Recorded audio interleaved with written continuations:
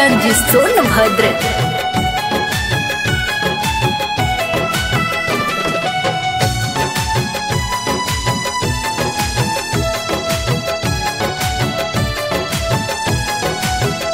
पिया कल सहली नहीं दियरी भूलैनी रहे घिउआ कपूर पान पतिया लियनी पिया भूल गईनी कुसय सनिया के असनिया के हनी दे देनी हो रानी दे देनी पुरजा बनिया महके रानी दे देनी पुरजा बनिया महके।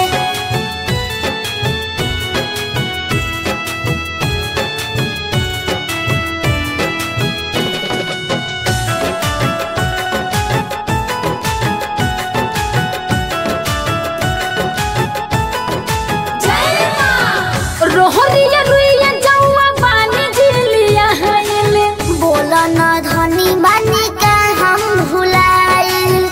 रोहरिया रुइया जौआ पानी झिलिया हाइले बोला न धनी बनी का हम भुलाइल। राउर ध्यान कहाँ रहेला जी पिया भूल गईनी नारियल चुनरिया के धनी दे देनी हो रानी दे देनी पुरजा बनिया महके रानी दे देनी पुरजा बनिया महके। जय हो मैया शेरा वाली जय जय जय माँ, जय हो मैया जोता वाली जय जय जय माँ।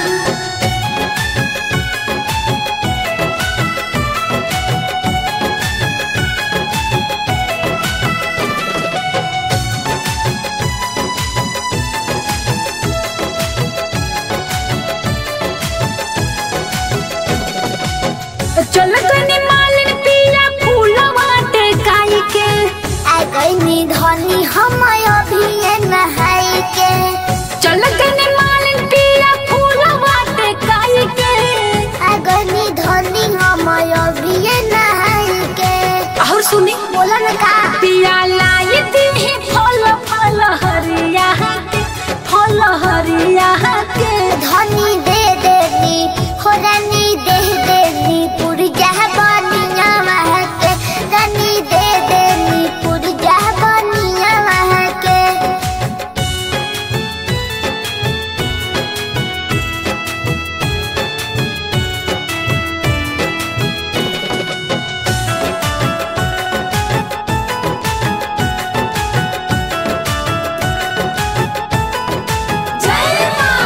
सुना है पूजा अब देर न लगावो जाई के जल्दी जल्दी कल तक जावो।